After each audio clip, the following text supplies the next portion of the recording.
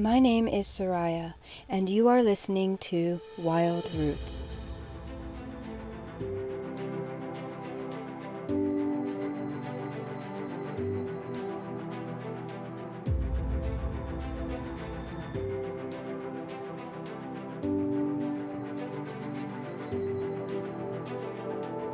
In this episode, we are going to be speaking about one of the greatest conservation stories in Africa, specifically a national park in Rwanda. Established in 1934, Akagera National Park is one of the oldest parks of the region. It is a story of rebirth and resiliency, and of community and government working together to sustain their own ecosystem. The park was originally placed as a conservation zone only, without tourists, but has since then become so much more, and has become one of the most renowned ecological recovery stories of all time. We'll be speaking with the Community Liaison Manager of Akagera National Park, a fully committed conservationist whose job is to ensure the support and community recognition of this park's most vital natural treasures. Though a small community and a small country, Rwanda's community, along with their government, has made incredible efforts to turn around ecological and social devastation. In 1958, 6 black rhinos were translocated from Tanzania to Akagera. This was one of the first black rhino relocations anywhere. And in 1975, several elephants were brought into Akagera from unprotected parts of the region. These elephants now form the entire population of the park today. These are just a couple of examples Rwandans have made which have led to this park's incredible recovery. I believe this incredible story of resiliency is one that can be learned from worldwide. Join us today as we learn about this country's incredible efforts to restore its own ecological wild roots. Thank you. My name is Joseph Kurama, and I work for Akagera National Park in Rwanda as the Community Liaison Manager.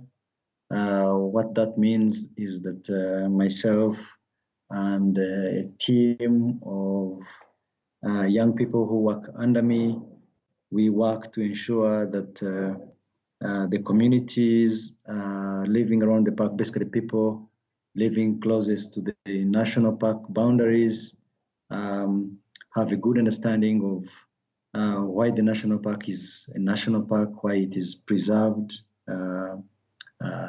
as it is, and what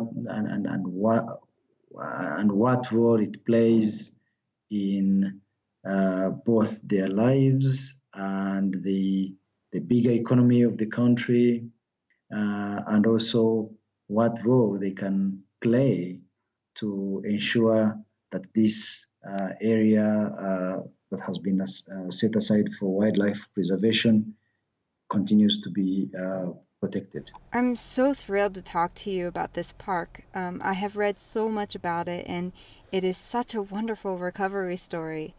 So Akagera is one of the oldest parks in your region. Right. What can you tell us about Agaheras Origins? Yeah, Akagera was gazetted in 1934, and this was during the colonial period. And I would say that the reason it was chosen is actually an interesting one, because we have insects that we call tsetse fly. They are famous for causing carrying trypanosomiasis, basically a sickness that affects people and animals equally. And so it was heavily infested, still is not as heavily infested as during those times with the tsetse fly. And so people generally avoided the area. And so you could conclude that tsetse fly was the first conservationist, and Oh, wow. and that's how this area was left alone by human settlers. Actually, even today we talk about one of the roles of the tsetse fly as not only is it part of the ecosystem and part of the food chain and keeping the ecosystems thriving. That is so interesting. Yeah, then Akagera has historically been, it used to be big, much bigger than it is today. Today it is about 100,000 hectares, or precisely it is 1,112 square kilometers. It used to be over 3,000 square kilometers. So basically, more than, what would you say, two-thirds are gone. I think two-thirds are gone. So it used to be much bigger than it is today, and it used to have all the charismatic species, including the big five of Africa, were not from the beginning when it was gazetted. I think the black rhinos, for instance, black rhinos were introduced in 1957, and the elephants then came in, followed in 1974. Elephants were actually taken from the other part of Rwanda called Bugesera, and they only brought 7 calves from this area of Rwanda, and then they killed off the adult population at the time because it was heavily in conflict with the human population that was there. Also, Akagera was already a national park, so these 7 elephant calves found refuge there, and they have multiplied since to over 100 elephants in the national park today. So by around 19, we also had Maasai giraffes introduced in the early 70s. So by the end of the 1970s, Akagera, in terms of what you call the Big Five, was complete. We had over, by recent times, by the genocide, which is 1994, we had over 300 lions roaming the plains and hills and valleys of Akagera. We had huge numbers of buffaloes and all these other beautiful grazers, the eland, the Cape eland, the roan antelope, topi, everything. And then the genocide happened, and I think Akagera has the same story as that of Rwanda, with the collapse that followed this period in all the sectors of the country. Akagera also suffered greatly because Akagera was the #1 host for all the Rwandans who had been forced to live in exile for decades, almost you could even say generations. So following the first, the small genocide of 1959 and the expulsion of many Rwandans, who fled to Uganda, Tanzania, Burundi, Congo. Now, after the end of the genocide in 1994, they came back with their livestock, especially those who had been living in Uganda and Tanzania and Burundi. These are the closest to where Akagera is located geographically. They came back with their livestock and they settled in Akagera. And then the human-wildlife conflict kicked on straight away. People started conflicting with lions. Obviously, all these lions, 300 lions, found easy prey in the cattle, and the people retaliated by poisoning the carcasses. And within a period of within a period of 5 years, all the 300 lions were wiped away completely, wiped out of the park completely. The last lion had around 2,000. The last lion had rolling around 2,000, but yet by the end of 1994, going to 95, we had 300. We still had a good population of lions. Since that period, since the 1995 and the subsequent, rebuilding of Rwanda. Akagera has also been rebuilt, and as of like new boundaries were established, basically cutting the park, leaving only a third of what it used to be. But that was to accommodate all these Rwandans who had been living in exile. And so it was a necessary decision that was taken. And today we have a less surface area, but the steps that Akagera as a national park has taken in terms of restoring the wildlife, the habitat, and the balance is tremendous. And as of today, we are back to the big five status. The lions have come back, reintroduced from South Africa. Uh, the black rhinos have also been reintroduced as of 2 years ago. And so Akagera now is complete as the big five again. And all the other species, the grazers, and the predators as well, like hyenas and leopards, they have all recovered, and the vultures who had disappeared with the lions.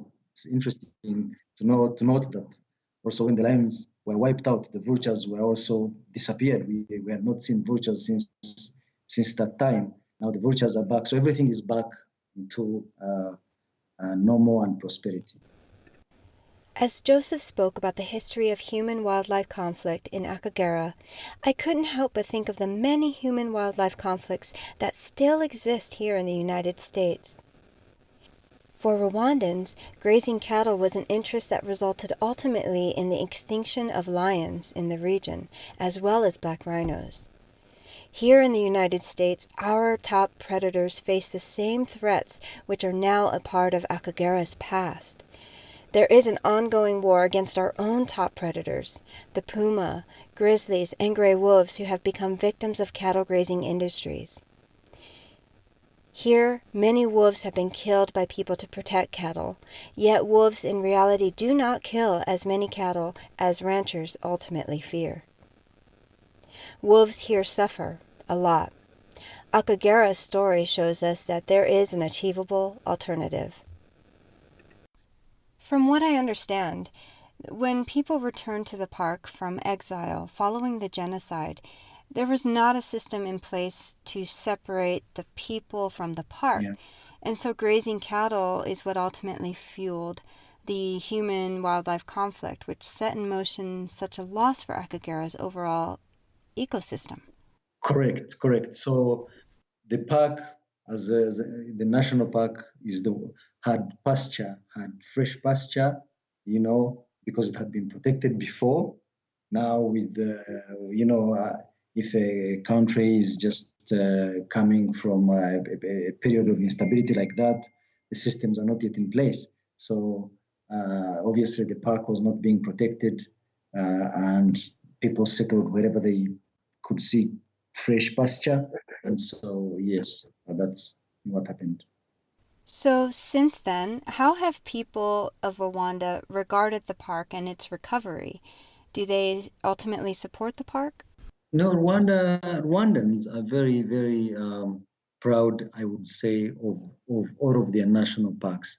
But Akagera, in particular, I think commands a special place in the heart of Rwandans, because we are also on record as Rwandans as Akagera National Park, for being one of the top national parks in Africa, on the continent, visited by the nationals, by the local people. So the percentage is on 54 of our visitors are Rwandans, and the other percent, which is 46, is foreigners. So or people visitors coming from outside of Rwanda. So that shows you that the Rwandans are proud of their national park, but also to to be honest, we were quite lucky in around. I mean, the government of Rwanda is very, very supportive of nature conservation, is very supportive of environmental preservation, and so much so that in the year 2010, the government of Rwanda went out of its way to seek out conservation experts from all over Africa to come and help with managing some of our national parks. And Akagera was lucky to, or Rwanda, the government, to find African Parks, who are an NGO who specialize in basically taking over national parks that are struggling in terms of habitat loss and other issues that affect protected areas. So they are specialists in protected area like restoration.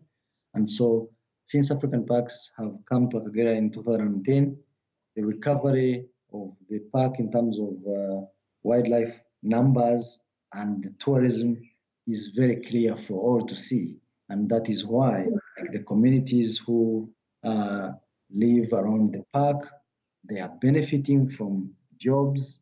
Jobs have come back. They had obviously dried up at a certain period. Now they have come back, and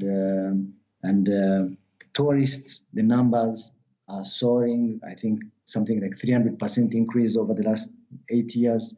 And with the increase of visitors to the park comes the good feeling with the community, because when these visitors come, they also spend money in the community, buying commodities, buying supplies, food, and so there is a general good feeling, and trading centers around the park, you can see they are springing back to life, and it's attracting trade and enterprise growth. And so I would say that most people are happy and they understand the role that the park is playing, both in the microeconomy, basically like the economy of the local communities who are living right on the boundary of the park, but also the economy, the macroeconomy, which is the national economy in terms of attracting foreign currency from tourists. So I work in wetland restoration myself, and we come up against a lot of degraded habitat, particularly from grazing, and it's a constant battle. And although it is not a history like yours, it is an ongoing problem that results in habitat loss. So to be quite honest, our government is not as environmentally friendly or particularly supportive of conservation issues like this. Rather, it is totally in support of this type of widespread habitat degradation, which can sadly lead to the extinction of our own top predators, which is why I feel so excited to hear about Akagera's story overcoming this aspect of habitat loss and the kind of support that you get. I mean, you've done it. It's something that can be overcome. Right. Then it means that the United States of America, the mighty USA, can learn something from Rwanda. Absolutely, and that's why I'm so excited to share Akagera's story. I hope I'm saying it correctly. Akagera? Akagera, yes. Akagera is the name of the river, the Akagera River, that runs all along the eastern boundary of the park. So Akagera River separates Rwanda from Tanzania, and it forms the boundary. And so, since the park is at this edge, at this boundary, it was called Akagera. Perfect. For those of us who aren't familiar with your region, that's perfect background. Thank you. Yeah. What kind of defense do you employ to continue to protect and preserve the plants and wildlife of Akagera? Yeah.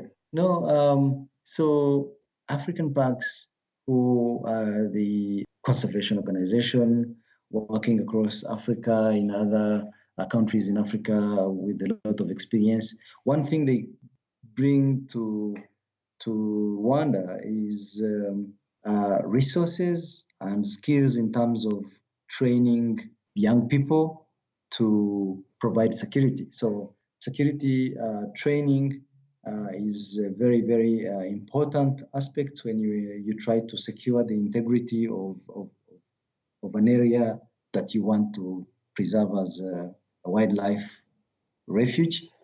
So we have rangers and we give them the state-of-the-art equipment and training, mostly training. And so they're trained and the training never stops. Like every year, there is all different kinds of training sessions planned.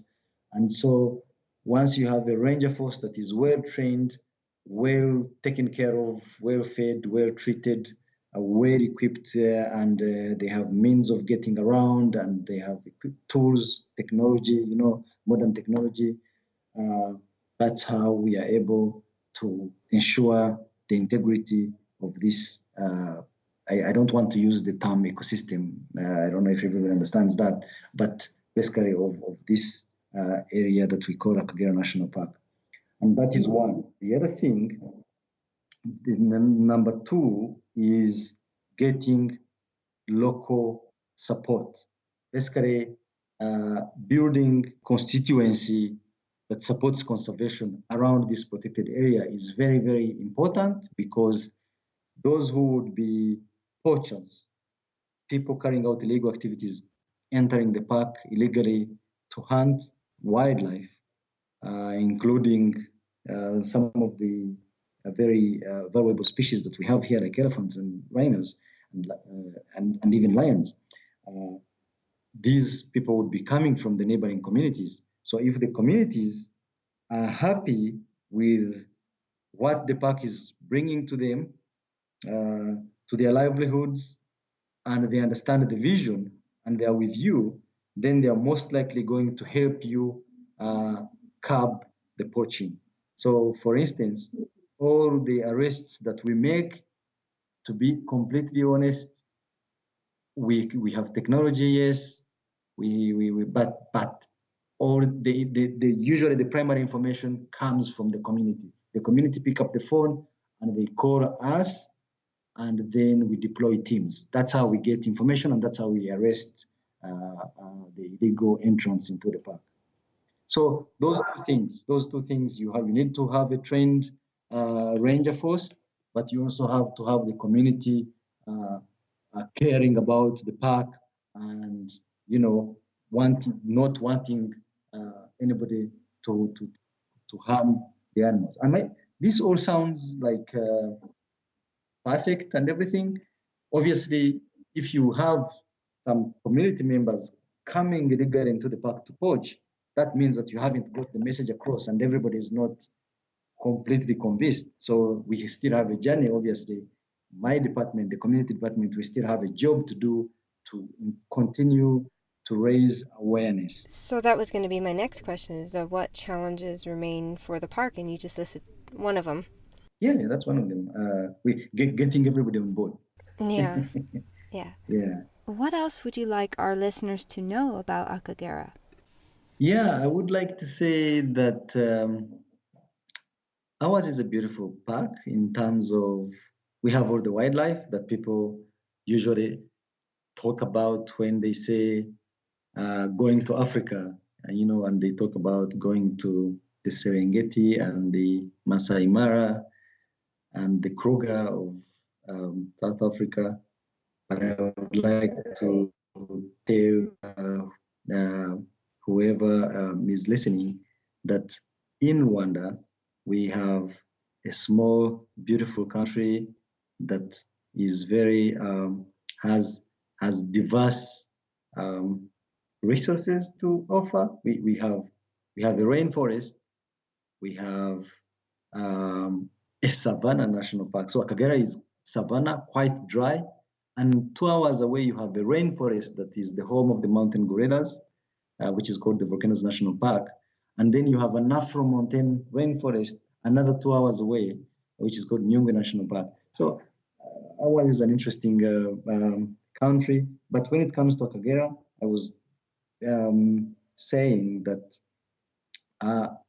we are special in the sense that you enter into this natural, pristine area full of wildlife, and it almost feels like you are alone. Like if you're driving through Akagera, it's not like you will see other cars ahead of you, or a crowd of dust somewhere, or a group of cars circling around a particular animal that is of interest to visitors. No, we still have um, low visitor numbers, so it's probably a great place for you to come and see Africa's Big Five without feeling like you are being, fighting for your space or something. So you feel like you're alone and you have all the wildlife to yourself.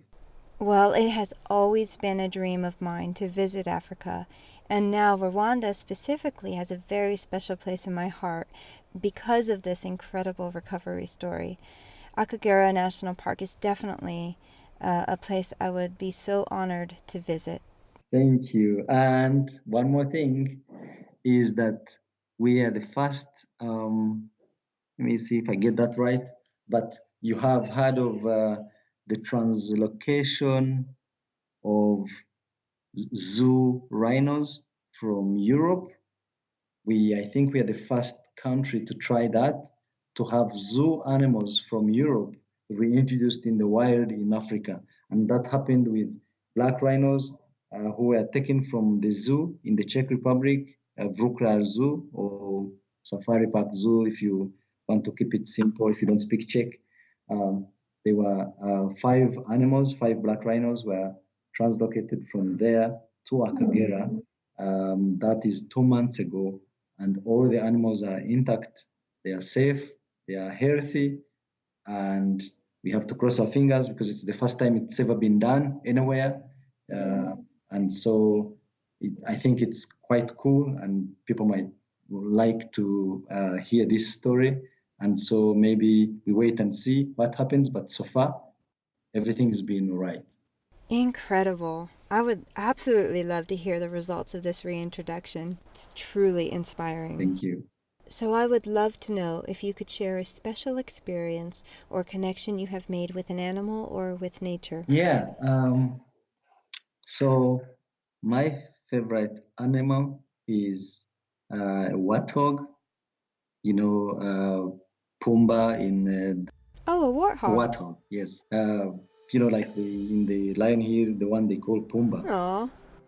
So when I was in primary school, like when I was really little, we visited the national park in Uganda, my first ever national park, and there were so many warthogs everywhere, and they were running away with their, tails. They have a way of pointing their tails up when they're running away from something. They shoot their tails up in the air, and it's like a radio. It's like a car radio antenna, and that image stuck in my mind. And I remember we were joking about saying aerials, radio, meaning radio area, and it stuck with me. And then I never saw warthogs for a really long time until I rejoined conservation, and I worked for a national park that has a lot of warthogs. So that's how I got connected to warthogs, and I love them, and they're my spirit animal. And Oh, yeah, what a great story. Thank you. No, only to thank you for giving me this opportunity to talk about Rwanda and Akagera National Park. It's been my pleasure, and I hope you see a warthog today. Yeah, okay. Definitely. Thank you. It has been an amazing journey just to learn how far Rwandans have come.